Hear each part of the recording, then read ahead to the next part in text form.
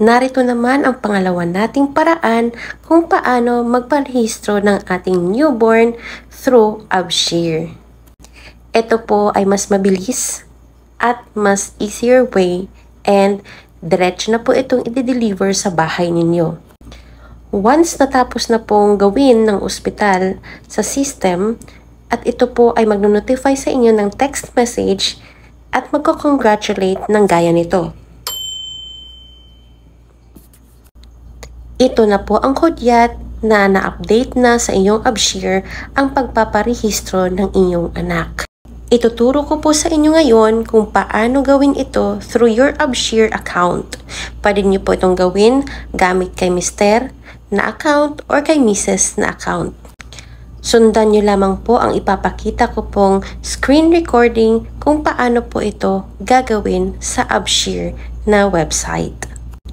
Kung gusto niyo pong malaman at matutunan ito, continue to watch this video, follow, like, and share.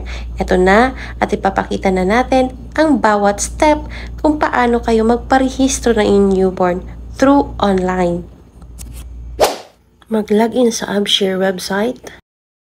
Choose My Services, click Civil Affairs, then click Newborn Registration.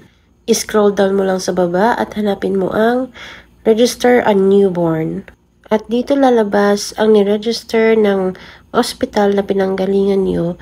Kailangan nyo pong i-double check ang pangalan ng iyong anak kung tama ba ito, pangalan ng ina at pangalan ng ama, at lalo na po ang kanyang birth date. Pindutin mo lang ang select sa baba at sundan mo lang ang steps ng number 2, number 3, and number 4.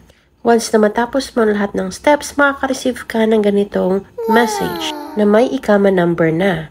And here you go, marireceive niyo siya within 7 days. Hassle-free na at diretso pa itong i-deliver sa inyong bahay na address na nakarehistro sa inyong national address. And take note, wala nang kailangan pang mga documents na i-attach dito.